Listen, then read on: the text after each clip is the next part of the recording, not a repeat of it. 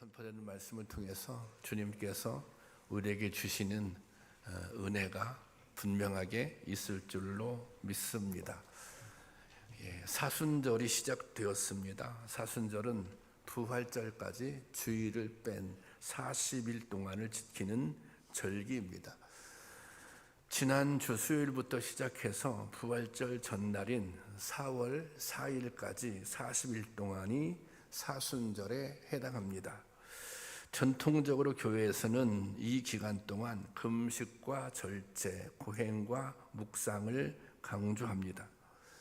예수님께서 우리를 위해 십자가에 달려 고난당하신 것을 생각하며 그 은혜를 새겨보는 절기입니다.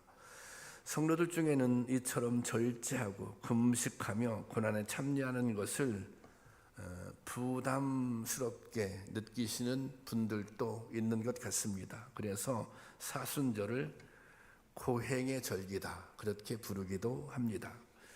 성경에는 하나님의 백성이라면 반드시 지켜야 할 규칙들이 있습니다. 또 규례들이 있습니다.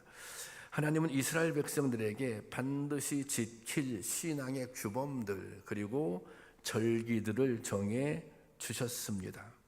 때로는 이 명령과 규례를 지키는 것이 번거롭고 또 부담스럽게 느껴질 수도 있습니다. 그런데 하나님께서 이 규례를 주신 것, 또 절기를 지키라고 하시는 것은 성도들에게, 하나님을 믿는 백성들에게 부담을 주기 위해서, 또 불편하라고 괴롭히기 위해서 준 절기는 아니라는 것입니다.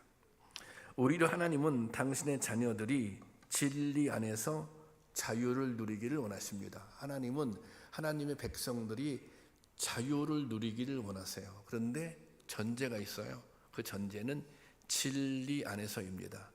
그 진리는 무엇입니까? 그 진리는 하나님 안에서, 하나님을 믿는 믿음 안에서, 예수 그리스도의 구원의 빛 아래서 자유를 누리기를 원하십니다. 그래서 요한복음 8장 32절에 이렇게 말씀하셨어요. 다 함께 볼까요? 시작. 진리를 알지니 진리가 너희를 자유롭게 하리라. 진리를 알지니 진리가 너희를 자유롭게 하리라. 하나님의 은혜를 깨닫게 되면, 하나님의 은혜를 정말 깨닫게 되면, 예수 그리스도의 복음의 진리를 깨닫게 되면 세상에서 맛볼 수 없는 자유, 세상에서 누릴 수 없는 평강을 누리게 되어 있습니다. 하나님을 모든 것의 주인으로 인정하고 그분의 절대 주권을 믿게 되면 세상의 그 어떤 것도 두려워할 필요가 없습니다. 하나님의 절대 주권을 믿게 되면 세상이 두렵지 않습니다.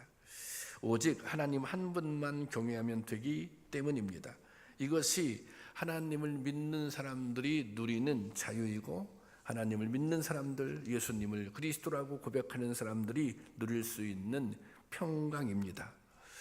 하나님은 우리가 이런 자유와 평강을 누리기를 원하십니다. 하나님께서 정해주신 모든 계명과 규례의 본질은 사랑입니다. 우리를 불편하게 하는 것이 아니라 그것은 사랑입니다. 우리가 지키는 절기도 마찬가지입니다. 모든 절기의 바탕은 은혜, 그리고 은혜에 대한 기억, 그리고 은혜에 대한 감사, 그리고 앞으로 베푸실 은혜에 대한 기대가 담겨져 있습니다. 하나님의 은혜는 과거 한번 어쩌다 일어난 사건이 아닙니다. 과거 한번 은혜를 베풀고 끝난 그런 일이 아닙니다.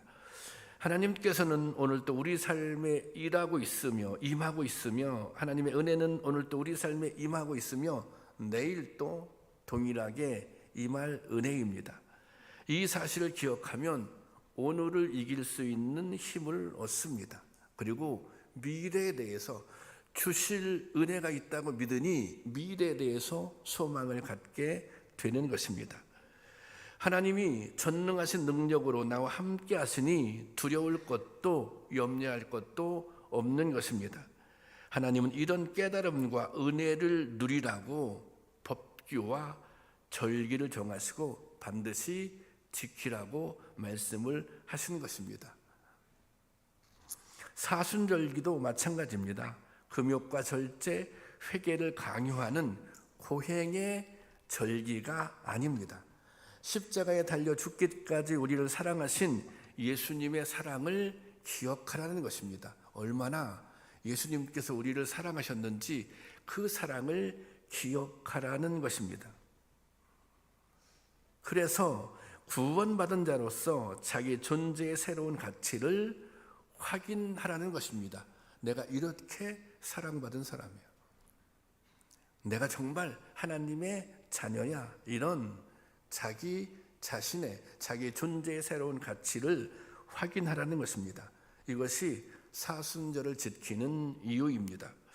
여러분, 주님께서 우리에게 주실 한없는 은혜를 예비하고 우리를 부르십니다.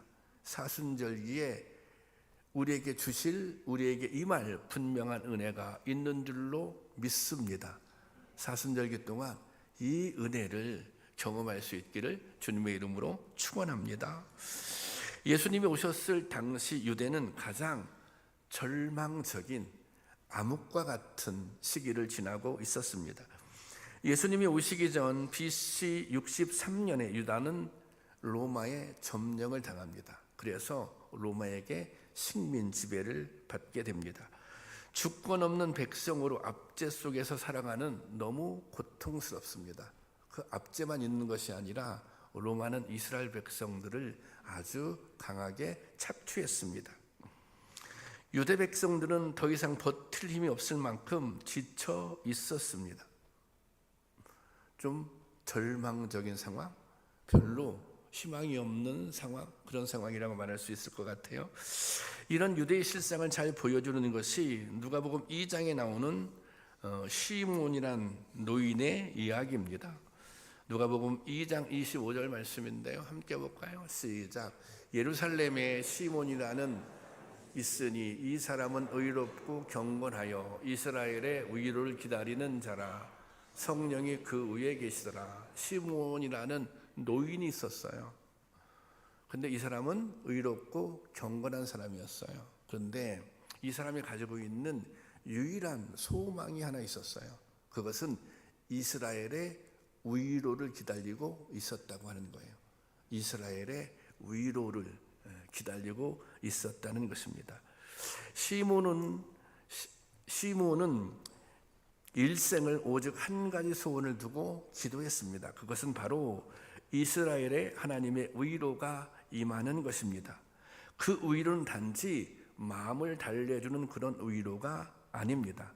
시몬과 온 유다 백성들이 갈망했던 위로는 바로 메시아였습니다. 하나님이 약속하신 구원자, 하나님의 백성을 고통의 멍에서 해방시킬 메시아를 간절히 기다리는 것입니다. 이 고통으로부터, 이 압제로부터 우리를 해방시켜 줄 하나님의 아들, 구약에 예언된 메시아를 기다렸던 것입니다. 예수님은 이런 갈망과 기대 속에 세상에 오신 것입니다. 유대인은 구약의 마지막 선지자인 말라기 이후 400년 동안 선지자가 없었습니다.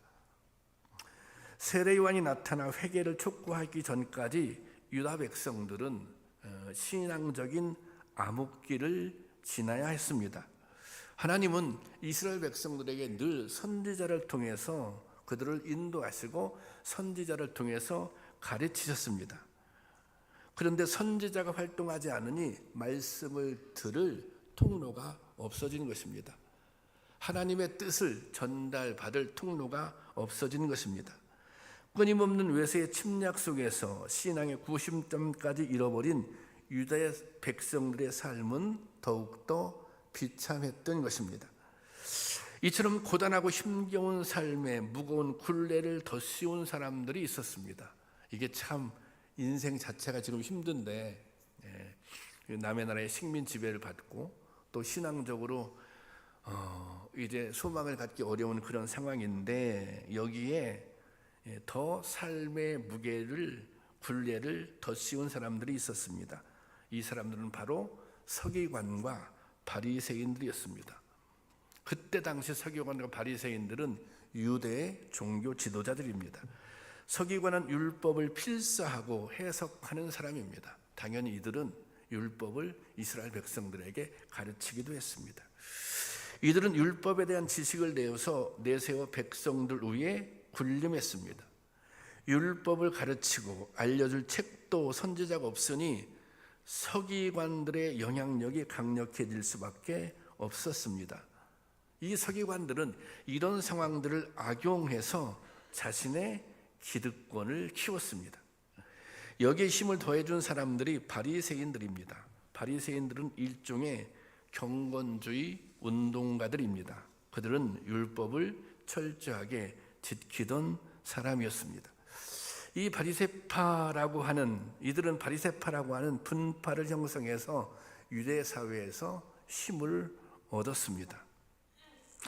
당시 유대인들에게 지키도록 강요된 율법 조항이 613개가 있었다고 그래요. 여기에 장로의 전통이라고 하는 항목까지 더해졌습니다. 이 장로의 전통이라고 하는 것은 여기 등장하는 서기관들이나 또 이제 바리새인들이 율법을 지키는 것 가지고는 부족하니 이런 항목, 더 많은 항목들을 계속해서 첨가한 것입니다.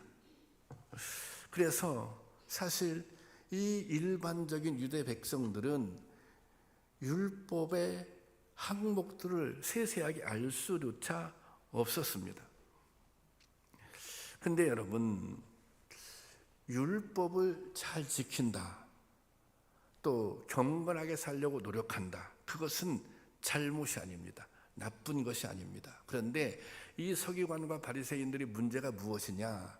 율법에는 하나님께서 모세를 통해서 율법을 주실 때는 율법의 정신이 있습니다. 대한민국에 헌법이 있는데 헌법의 정신이 있잖아요. 헌법의 정신이 모든 사람들은 법 앞에서 평등한 거 아닙니까? 그게 기본 아닙니까? 인권을 보장해 주는 것. 율법의 정신이 있어요. 율법의 정신은 무엇인가? 그것은 두 가지입니다. 한 가지는 하나님을 사랑하는 것, 또 한 가지는 이웃을 사랑하는 것입니다. 그것이 십계명에 나와 있잖아요. 그런데 이 서기관과 바리새인들은 율법을 통해서 율법을 잘 지킴으로 하나님을 사랑했던 것이 아니라 율법을 알고 또 율법을 지키는 모습을 막 보여주면서 자기 자신을 드러내기를 원했습니다. 그리고 그들은 율법의 많은 조항들을 가지고, 그들이 알고 있는 많은 조항들을 가지고 다른 사람들을 판단하고 정죄했습니다. 그러니 율법의 원래의 정신, 하나님을 사랑하는 것, 또 이웃을 사랑하는 것, 그것과는 반대로 갔습니다. 그래서 이 서기관과 바리새인들이 예수님을 막 비난합니다. 당신은 왜 안식일에 미리삭을 잘라 먹으니 왜 율법을 어기느냐, 막 그렇게 예수님을 반대했습니다. 그때 예수님께서 이런 말씀을 하세요. 내가 율법을 폐하러 온 것이 아니라 율법을 온전하게 하러 왔다. 이것은 뭐냐면 너희가 지금 율법의 정신을 망가뜨렸는데 내가 율법의 정신을 온전히 지키기 위해서 왔다, 이렇게 말씀하셨던 거예요. 그래서 이 서기관과 바리새인들은 율법을 알지 못하는 이런 이스라엘 백성들을 멸시하고 비웃었습니다. 그리고 율법에 대한 지식을 무기로 백성들 위에 군림했습니다. 예수님은 이런 서기관과 바리새인들에게 분노하셨습니다. 그냥 분노한 게 아니라 정말 크게 화를 낸 거예요. 요즘으로 말하자면 아주 저주를 한 것입니다. 그래서 마태복음 23장 27절 말씀을 보면, 보겠습니다. 시작. 화 있을진저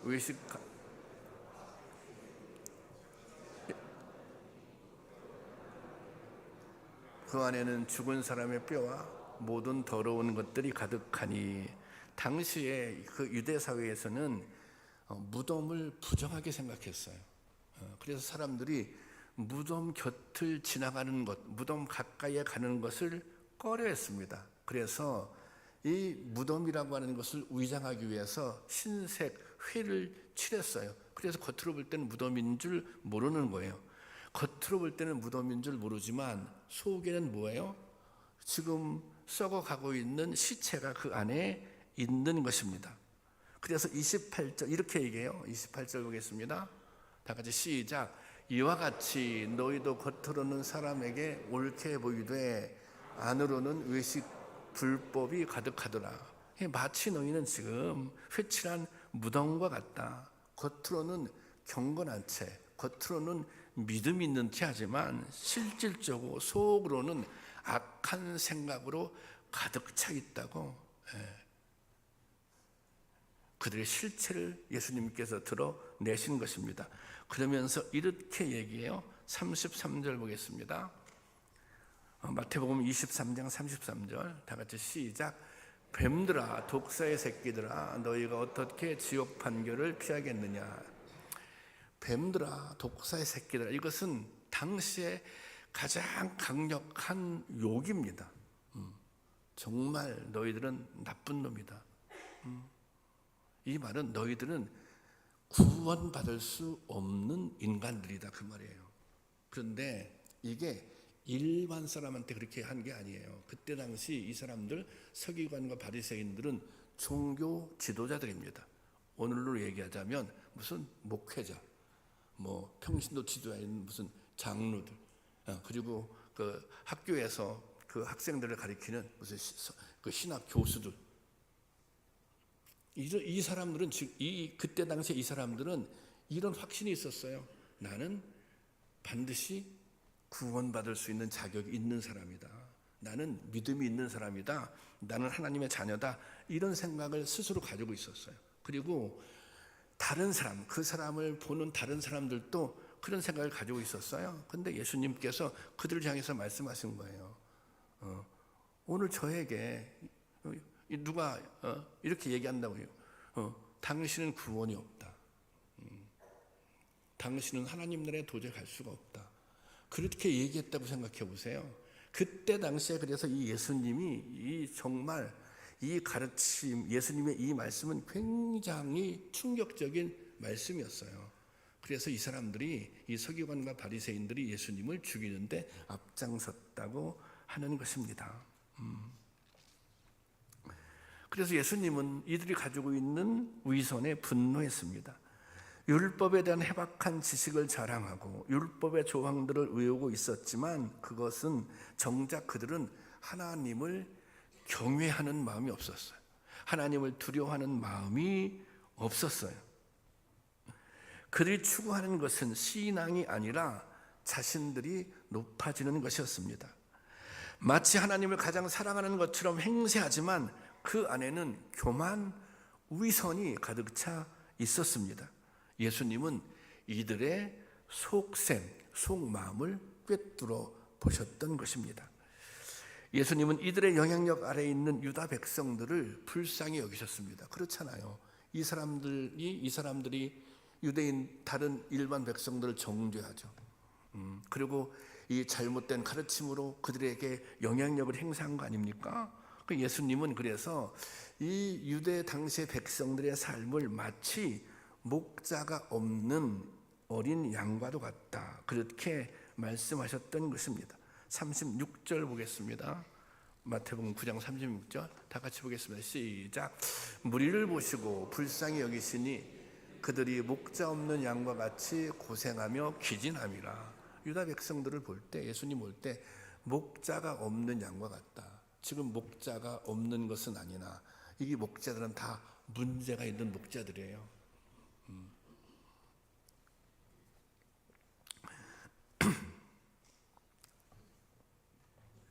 양은 반드시 목자의 돌봄을 받아야 하는 동물입니다.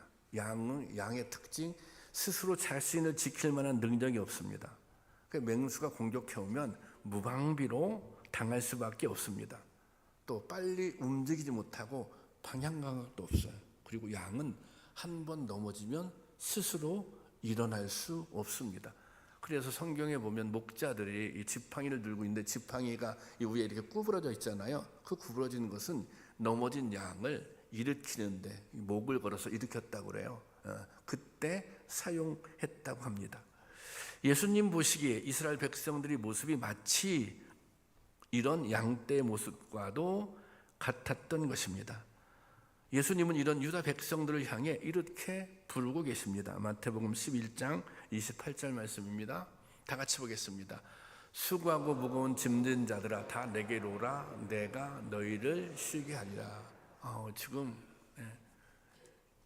너무 힘들어하고 너무 고통스러워하고 또 어떤 방향으로 가야 할지 모르는 그런 이스라엘 백성들을 향해서 수고하고 무거운 짐진 자들아 다 내게로 오라. 내가 너희를 쉬게 하리라. 그렇게 말씀하십니다.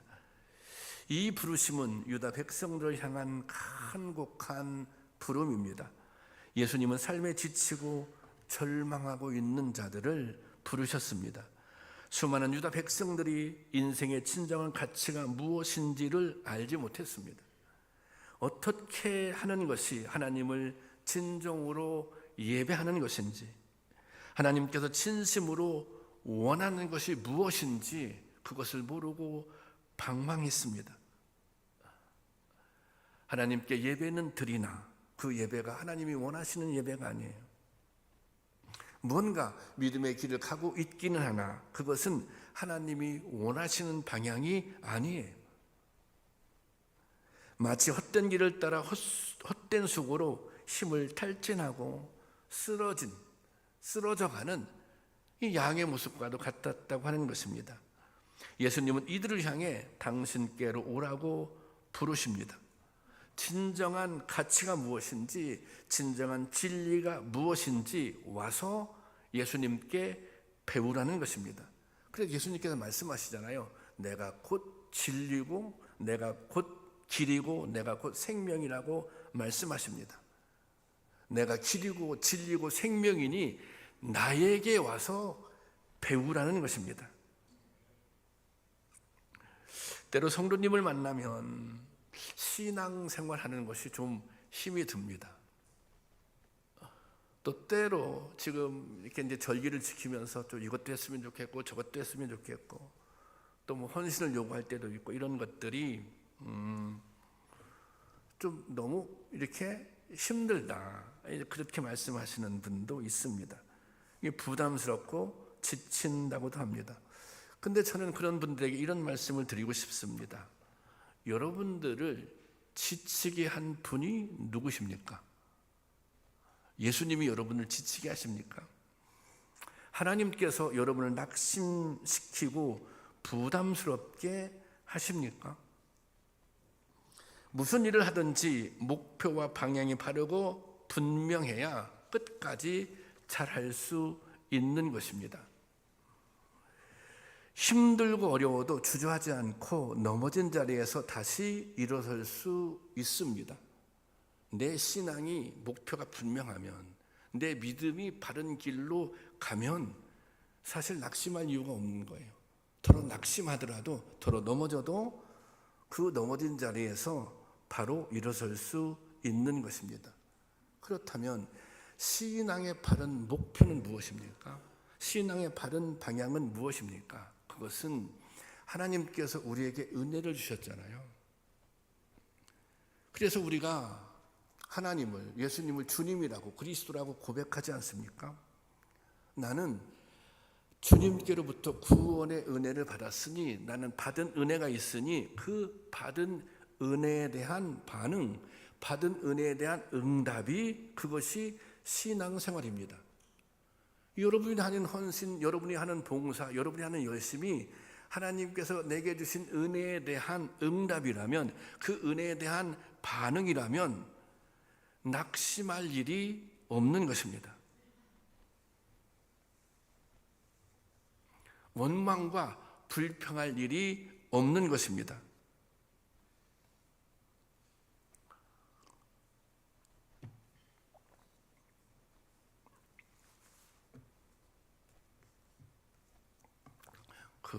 어느 성도님이 이게 짧은 시간인데 그 예배 잠깐 이제 저에게 오셔서 그런 말씀을 하더라고요.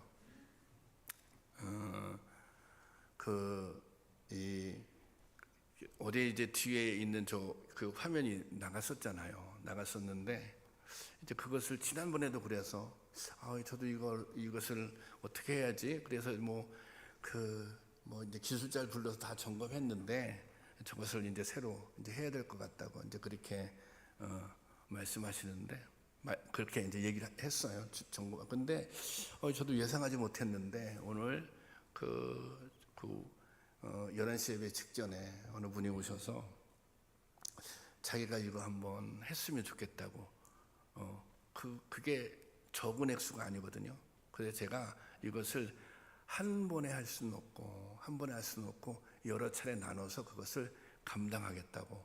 그런데 그분이 그렇게 말씀하시면서 막 눈물을 보시는 거예요. 아니, 이분이 이렇게 헌물하기로 작정하고 그게 막 아까워서 액수가 커서 눈물을 흘리셨을까요?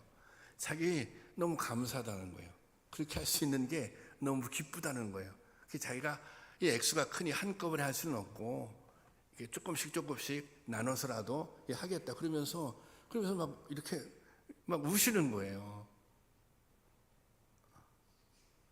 아니, 이분은 막 헌신하면서 이게 적지 않은 액수를 이제 봉헌해야 되는데, 그러면서 이게 너무 그게 감사하다고, 그걸 자기가 당신이 할 수 있어서 너무 기쁘다고, 제가 무명으로 이거 헌신하고 싶다고 그렇게 말씀하시더라고요. 이분은 왜 이런 결심을 하셨을까요? 이렇게 결심하며 왜 감사하고 기뻤을까요? 그 이유는 받은 은혜가 있기 때문에 그런 거예요.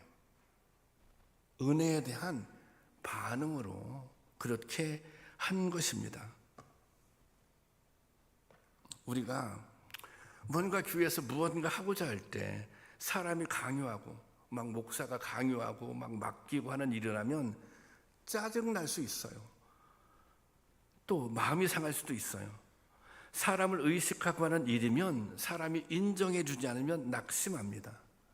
그리고 지치고 힘들고 그만두고 싶어집니다. 하지만 은혜에 대한 응답이라면 낙심할 일이 없는 거예요. 은혜에 대한 반응이라면 지칠 일이 없는 거예요. 힘들면 힘들수록, 어려우면 어려울수록 감사하고 기쁜 것입니다. 여러분, 하나님은 우리를 지치게 하시는 분이 아닙니다. 하나님은 우리를 넘어지게 하시는 분이 아닙니다. 하나님이, 주님께서 말씀하고 계세요. 나에게 오라. 내가 너희를 쉬게 하리라. 이것처럼 주님께서는 우리에게 평강과 은혜 주시고 새 힘을 주시는 분임을 믿으시기를 바랍니다. 오늘 또 예수님은 우리를 향해 내게로 와서 수고와 무거운 짐을 내려놓고 하늘의 위로와 평강을 받으라고, 그리고 누리라고 말씀하십니다. 여러분, 이 주님의 음성을 듣고 내게 와서 쉬라고, 내게 와서 짐을 내려놓으라고, 그래서 하나님이 주시는 그 위로, 하나님이 주시는 그 평강을 경험하라고 오늘 이 자리로 부르신 줄로 믿습니다. 이 은혜를 누릴 수 있기를 주님의 이름으로 축원합니다. 이 주님께서는 수고하고 무거운 짐진 자들을 부르시며 새로운 길을 제시해 주십니다. 그 새로운 길이 나의 멍에를 메고 내게 배우라. 내 멍에는 편하고 내 집은 가볍다. 이렇게 말씀하십니다. 마태복음 11장 29절 다시 볼까요? 보여서 시작. 나는 마음이 온유하고 겸손하니 나의 멍에를 메고 내게 배우라. 그리하면 너희 마음이 쉼을 얻으리라. 멍에는 쉽고 내 양은 가벼우하시니라. 이 멍에는 가축이 일을 할 때 방향을 바르게 잡아주기 위해서 목에 씌우는 기구를 말합니다. 이 과거에 이 농촌에 가보면 이 소들이 밭을 갈기도 하고 논을 갈기도 하면 이렇게 멍에를 매게 했잖아요. 그런데 우리가 봤던 멍에는 소 한 마리 있으면 그 하나의 멍에를 딱 씌우잖아요. 그런데 유대 사회에서 사용했던 멍에는 소 한 마리가 이 소 한 마리에게 씌우는, 짐승 한 마리에게 씌우는 멍에가 아니라 이게 두 마리에게 씌우는, 이게 멍에가 두 개가 붙어 있어요. 한번 사진 좀 보여주실래요? 그림? 네, 저렇게 멍에가 두 개예요. 두 개. 그래서 그때 당시 이 그 소들은 이렇게 멍에를 맸어요. 그 멍에 맨 사진 좀 보여주세요. 어떻게 소 두 마리가 그 멍에를 같이 그렇게 메고 있잖아요. 이 예수님께서 오늘 본문에서 말씀하신 멍에가 바로 이것입니다. 그러니까 예수님이 말씀하신 멍에는 혼자 매는 멍에가 아니라 둘이 함께 매는 멍에입니다. 그러니 둘이 함께 매니 혼자 멍에를 매는 것보다는 훨씬 수월하겠죠. 그런데 예수님께서 뭐라고 말씀하세요? 멍에 하나는 너의 몫이고 나머지 하나는 누구의 몫이에요? 나의 몫이야. 이 멍에를 함께 지시는 분이 다른 분이 아니라 예수님이 나의 멍에를 함께 지고 가신다는 거예요. 그러면 예수님이 나의 멍에를 함께 지고 가시니 내 멍에는 정말 가벼워지겠죠. 그 말씀을 하고 계신 것입니다. 주님께서는 인생의 무거운 짐을 지고 가는 이들에게 함께 멍에를 지어주겠다고 말씀하십니다. 내가 함께 감당해 줄 테니 그 어려움, 그 고통, 그 힘든 거 내가 감당해 줄 테니 나에게 와서 그 멍에를 함께 매라는 것입니다. 당시 유대인들은 인생의 무게도 무거웠어요. 남의 나라 식민 지배를 받고 또 착취도 당하고, 그리고 또 아주 가혹한 율법의 멍에를 매야 했습니다. 그래서 이 유다 백성들이 다 죄책감을 가지고 살았다는 거 아닙니까? 이 사람들은 율법을 잘 알지도 못해. 그리고 율법을 지키고 싶어도 율법을 지킬 수 있는 환경이 안 되는 거예요. 당시 목자들은 들에서 양을 쳤어요. 그러니까 그리고 막 그 짐승들의 사체를 처리했단 말이죠. 그게 몸에서 냄새가 났어요. 그러면 어디에 위반되느냐? 정결법에 위반돼. 이게 장로 유전에 그런 걸 막 첨가했어요. 세세하게. 짐승 사체 치워서 몸에 냄새나면 안 돼, 이런 것들을. 그러니까 이 목자들은 목자라고 하는 직업을 가졌다는 이유로 뭐예요? 무조건 죄인이에요. 성전에 들어갈 수가 없는 거예요. 그때 당시 율법의 조항이 많았어요. 장로의 전통도 많았어요. 언제 그걸 다 공부해서 일일이 다 외우거나 압니까? 그러니까 정말 대부분의 이 유대의 백성들이 이런 내가 하나님의 말씀을 지키지 못한다는, 그리고 또 그들을 향해서 서기관과 바리새인들이 계속해서 너희는 죄인이라고, 그러니까 죄책감에 사로잡혀 살았다고 하는 것입니다. 그러니까 아무리 노력해도 죄의 굴레에서 이들은 벗어날 수 없었던 것입니다. 그래서 주님께서는 그들을 향해서 그 무거운 멍에를 내려놓으라고 말씀하십니다. 이것은 남을 의식하고 형식에 치우친 율법주의에서 벗어나는 말씀입니다. 더 이상 죄책감의 준율로 있지 말고 모든 죄의 짐을 대신 지기 위해 오신 예수님을 바라보라는 말씀입니다. 하나님의 마음, 하나님의 진심을 제발 좀 헤아리라고 하는 그런 말씀인 것입니다. 성경은 하나님의 마음을 이렇게 밝히고 있습니다. 에레미야가 3장 33절 말씀입니다. 함께 보겠습니다. 시작. 주께서 인생으로 고생하게 하시며 근심하게 하심은 본심이 아니시로다. 하나님의 본심은 우리가 근심하는 게 아니에요. 하나님의 본심은 우리가 어떤 경우에도 괴로워하는 게 아니에요. 하나님의 본심은 우리가 무언가 무거운 짐에 성도들이 눌려 사는 것이 아닙니다. 하나님은 우리가 행복하게 살기를 원하세요. 정말 진리 안에서 자유를 누리기를 원하세요. 또 주님은 우리에게 가장 좋은 것 주시기를 원하시는 아버지의 마음입니다. 지난 주일에 사순절 묵상집을 나눠드렸습니다. 어떻게든 여러분들이 좀 이 40일 동안이라도 말씀을 붙잡고 은혜 받았으면 좋겠다 하는 마음에서 준비하고 만든 것입니다. 말씀 한 절 한 절을 깊이 생각하고 이제 기도하면서 그 말씀을 골랐습니다. 어떤 분들은 그런 얘기를 하더라고요. 이거 숙제를 받은 것 같다고, 왠지 부담스럽다고 그렇게 말씀하시는 분이 있었어요. 그런데 그렇게 말씀하시는 분은 이거 하겠다는 거 아닙니까? 우리 감사하죠. 뭐 그렇게 부담스러워서도 그거를 하겠다는 의지가 있으니. 근데 혹시 여러분 가운데 그런 분이 있어요? 이거 그냥 거들떠 보지도 않는 거예요. 이게 힘들게 만들었어요. 힘들게. 그래서 좀 말씀을, 이게 짧은 말씀이고 시간도 많이 안 걸리니 단 몇 분이라도, 한 10분이라도 사순절 기간만이라도 매일 말씀을 묵상하며 거기에 탁 가슴에 와닿는 그 단어가 있으면, 구절이 있으면 한번 써보고 그렇게 한번 생각해보고 또 그냥 묵상해보고, 그러면 하나님이 주시는 은혜가 있을 것이다. 근데 만약에 여러분들이 그것을 보지도 않는다, 거들떠 보지도 않는다, 여러분 그렇다면 여러분 정말 회개하셔야 돼요. 근데 어제 제가 이제 신방을 가서 몇 분들 이제 신방을 했거든요. 그런데 그 신방, 이게 너무 은혜가 된다는 거예요.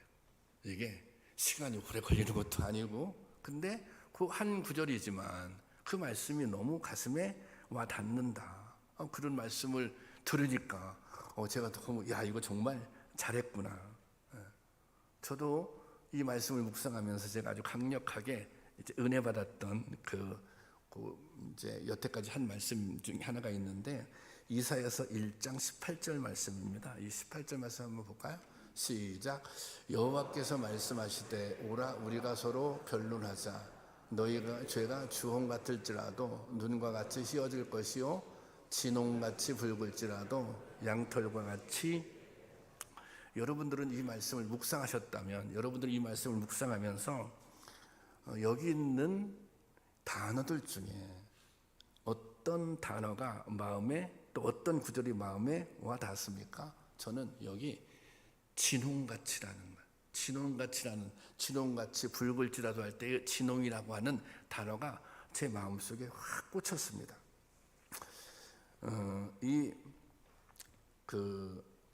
이 진홍은 붉은색 중에도 가장 강한 색, 너무 진해서 거의 이렇게 검은빛에 가까운 그런 색입니다. 그런데 우리가 피를 흘리잖아요, 피. 그래서 우리가 핏빛을 선홍색이라고 해요. 선홍색. 피를 흘리면 그 피가 이제 이게 붉게 흐르잖아요. 그것을 선홍색이라 그래요. 근데 피를 흘려고 시간이 지났어요. 시간이 지나면 그 피가 어떻게 변해요? 검은색으로 점차 변하기 시작해요. 근데 완전히 검은색은 아니지만, 왜냐하면 그 붉은색도 약간은 있는 거죠. 그래서 그게 진홍색입니다. 그러니까 피가 흐른 지 오래된 색, 그것이 진홍색입니다. 저는 이 말씀이 그렇게 와닿더라고요. 우리가 죄를 짓기도 하고 또 오랫동안 그 마음속에 괴로움을 주는 그런 죄가 생각나기도 하잖아요. 그래서 내가 이렇게 큰 죄를 지었는데 이 죄는 참 용서받기 어려울 것 같다. 그런 생각이 들기도 하지 않습니까? 그런데 이 말씀은 뭐냐면, 그래, 정말 오래됐어요. 그리고 내가 생각했을 때 이것은 정말 용서받을 수 없을 것 같은, 그야말로 진홍빛 같은, 주홍빛 같은 죄로 주님께서는 용서해 주신다는 것입니다. 그리고 여기 어떤 말씀이 있느냐면,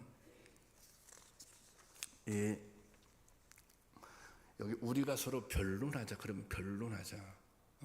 주님께서 너희 죄 한번 변론해보자.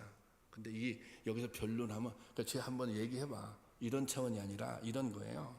여기서는 내가 죄가 있다면, 여태까지 그 죄책감에 사로잡혀 살았다면 그것을 끝장내자는 거예요.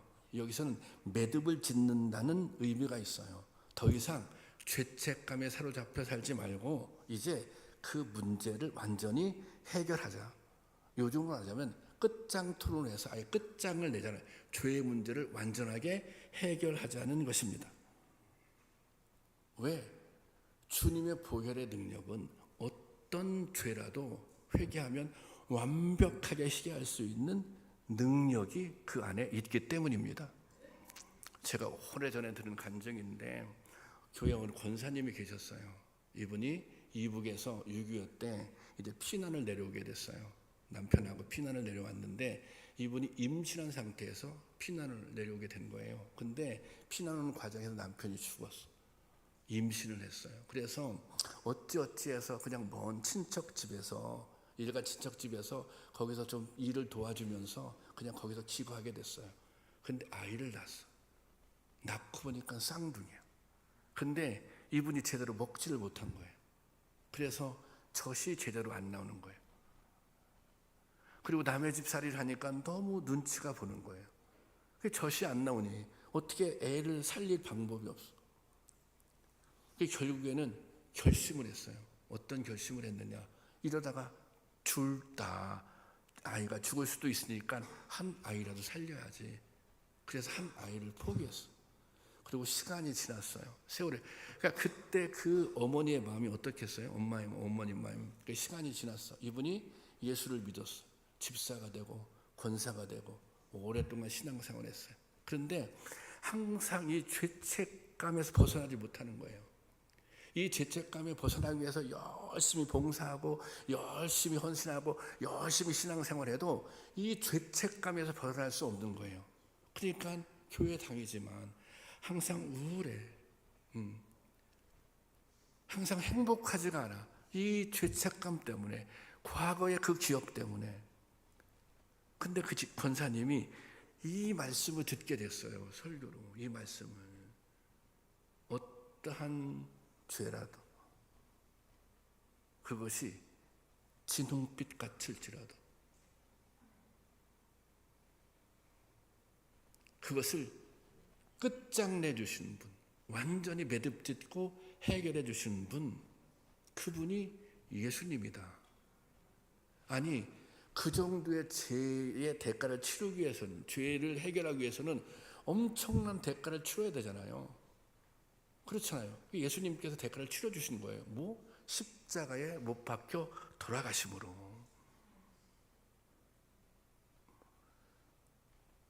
그래서 이 권사님이 이 설교를 전해 들었을 수 있으나 그때 이게 마음에 다 와닿는 거예요. 그래,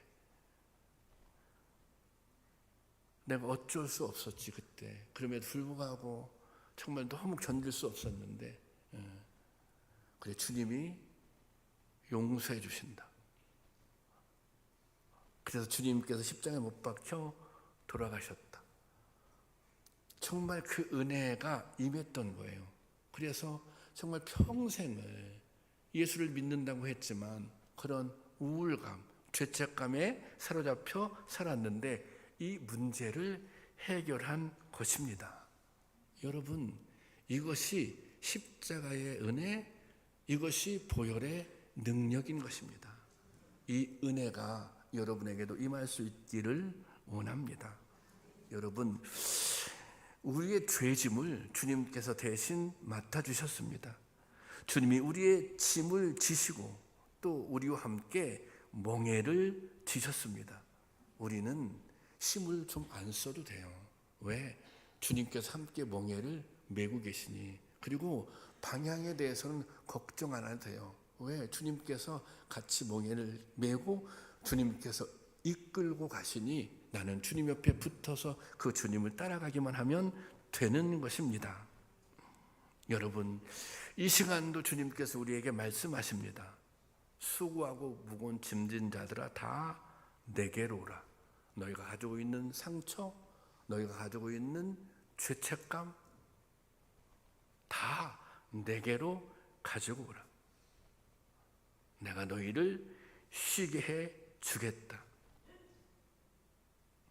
내 멍에는 쉽고 가볍다. 그렇게 말씀하십니다. 바라기는 이 주님의 음성이 오늘 저와 여러분의 삶을 바꾸는 음성이 될 수 있기를 바랍니다. 여러분, 주님께로 나아가시기를 바랍니다. 나의 멍에를 함께 져 주시는 주님을 믿고 의지하시기 바랍니다. 그러면 주님께서 주시는 놀라운 그 쉼을, 안식을, 평안을 얻게 될 것입니다. 그런 은혜가 우리 가운데 임하기를 주님의 이름으로 축원합니다.